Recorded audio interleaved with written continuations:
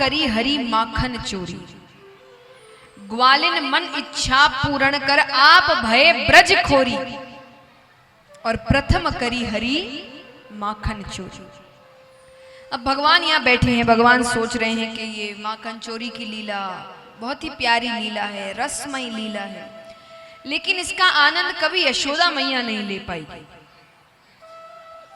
यशोदा मैया तो उनको तो हमेशा उल्हाने सुनने को ही मिलेंगे कि भाई तुम्हारे बेटे ने ऐसा कर दिया वैसे कर दिया, वो कहां आनंद ले पाएगी। तो उन्होंने सोचा कि ऐसा क्या करूं कि इस लीला के पहले दर्शन ही यशोदा मैया करे। तो भगवान सोच रहे हैं क्या करूं क्या करूं क्या करूं। फिर भगवान कहते हैं काम करते हैं, क्योंकि देखिए चोरी करना अच्छी बात नहीं है, बिल्कुल अच्छी बात नहीं है, किसी को चोरी नहीं करनी चाहिए, लेकिन चोरी करना भी कोई बहुत होशियार व्यक्ति ही चोरी कर सकता है, अच्छा चोर बन सकता है, जिसका दिमाग बहुत तेज होगा। क्योंकि देखिए चोर वही अच्छा जो पकड़ा ना जाए, पकड़े गए तब तो क्या चोर। तब भगवान को लग रहा है कि मैं अगर पहली चोरी बाहर करने गया, पकड़ा गया, तब तो बाहर वाले यही कहेंगे जब चोरी करनी आती ही नहीं तो करी क्यों। तो भगवान कहते काम करते हैं, घर में पक्को होए कि बाहर करने जाऊं। पहली चोरी घर पर करते हैं कि घर में तो कुछ नहीं होने वाला। ठीक है, देखिए ये सब लीलाएं हैं और कुछ नहीं, ऐसा नहीं है कि भगवान को बता रहे, ये सब लीलाएं हैं भगवान की। क्योंकि एक बात बताइए, अगर आपके शहर में मान लीजिए, अब आप जहां रह रहे हैं, मान लीजिए यहीं का जो सबसे धनवान व्यक्ति है, सबसे यानी उससे ज्यादा धन और किसी के पास नहीं है इस जगह में, उसका बेटा धन की चोरी कर रहा है, ये संभव है? उसी के घर में सबसे ज्यादा धन है, तो माखन की चोरी भगवान करते थे, और पूरे ब्रज में सबसे ज्यादा माखन ही नंद बाबा के घर पर होता था। तो ये हो सकता है कि वो माखन की चोरी करने जाते थे। माखन तो बहाना था। भगवान ये पहली बात तो हर किसी के घर में जाते भी नहीं थे, किसी किसी के घर जाते थे, और जिसके भी घर जाते उस घर से केवल माखन नहीं, अहंकार, भोग, विलास, आलस्य, सारी चीजें चुराकर केवल प्रेम और प्रेम छोड़ते थे।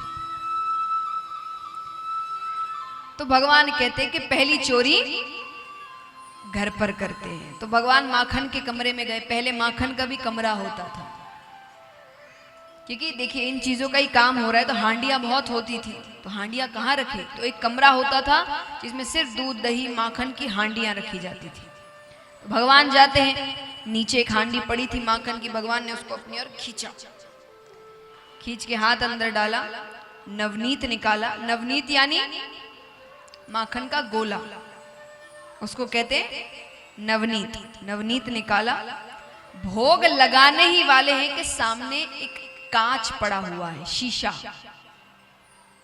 जिसमें हम अपना प्रतिबिंब देखते, दर्पण। अच्छा एक बात और, जैसे कोई चीजें लिखते तो नीचे नोट के लिए लिखी जाती है, ध्यान देने के लिए, तो उसमें ध्यान देने के लिए भगवान ने आज तक शीशा नहीं देखा है। भगवान को ये पता भी नहीं है कि दर्पण होता क्या है। अब देखिए आजकल तो फोन इत्यादि है, तो अपनी फोटो खींच खींच के लोग समझ जाते हैं कि कैसे दिखते। पहले ये सब था नहीं, तो पहले अपने आप को देखने के लिए एक ही वस्तु थी, और वो थी क्या, किसमें देख सकते थे खुद को? शीशा, दर्पण। और जिसने दर्पण में आज तक अपने आप को नहीं देखा, उसने असल में आज तक खुद को नहीं देखा। तो भगवान को पता ही नहीं है वो दिखते कैसे हैं। तो दर्पण दिखता है सामने, दर्पण में अपना प्रतिबिंब भगवान ने देखा। भगवान ने वो देखते ही हाथ पीछे कर लिया। भगवान कहते अच्छा ये माता बड़ी होशियार है, माता ने माखन की रखवारी के खातिर एक छोरो पहले से ही खड़ो रखो है, और ये चुपचाप मेरी चोरी देख रहे है। ये मैया से कह गो कि मैया कन्हैया चोरी करे। भगवान कहते देख तू भी छोरो, मैं भी छोरो, तू मेरी चोरी मैया से मत कहिए, क्योंकि ये जो माखन है ना ये मैं अकेले नहीं खाऊंगा, तो ही भी खवाऊंगा। और ये कहकर भगवान ने हाथ आगे किया, ये ले खा ले। अब भगवान ने हाथ आगे किया तो उसने भी हाथ आगे किया, भगवान के हाथ में माखन तो उसके हाथ में भी माखन। अरे भगवान कहते अच्छा अब मेरी आत्मा ठंडी है गई। मैं सोच रहा तो मैं ही एक चोर हूं, तू तो मेरे से भी पक्को चोर निकलो, तेने पहले से ही माखन ले रखो है। भगवान कहते कोई ना, चोर चोर मौसेरे भाई, तू मेरी चोरी मत कहिए, मैं तेरी चोरी नहीं कहूंगा। यशोदा मैया सब पीछे से देख रही है, सारी बातें सुन रही, कैसे भगवान कांच के सामने अपने आप से ही बातें कर रहे हैं। उनको बड़ा प्यारा लग रहा है। जब भगवान की बातें खत्म हो गई तब मैया ने आवाज लगाई, कन्हैया।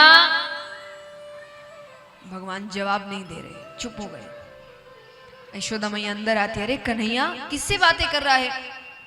भगवान कहते मैया मोहे माखन को लोभ नाए। मैया ने लोभ नाए तो यहाँ क्यों आया? अरे बोले मैया मैंने सोचा मेरी मैया इतने मेहनत से माखन निकाले और ऐसे कोई चोर चपेटो अगर माखन चुरा कर ले जाए तो मैं माखन की रखवारी के खातिर इस कमरे में आया।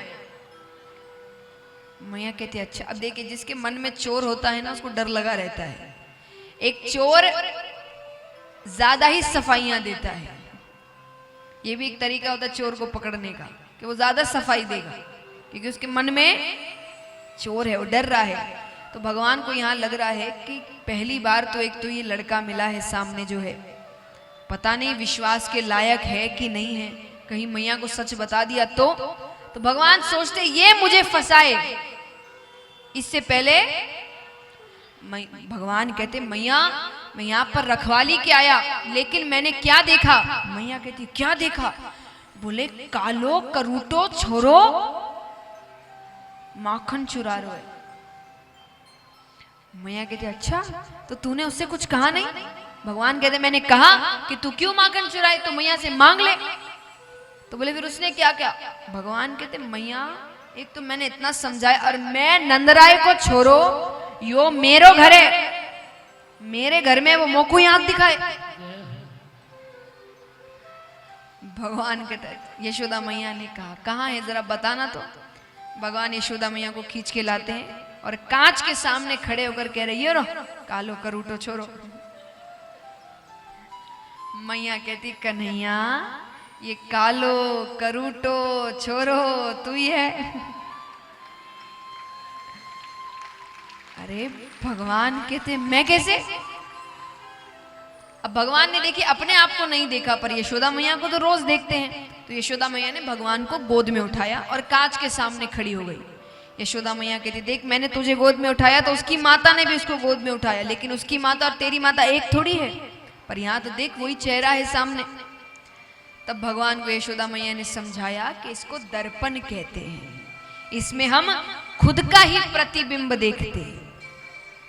अब वो चोरी तो यशोदा मैया भूल गई, अब पूरे ब्रज में घूम रही है और सबको बता रही है कि आज कन्हैया ने ऐसी लीला करी है। बोलिए कृष्णचंद्र भगवान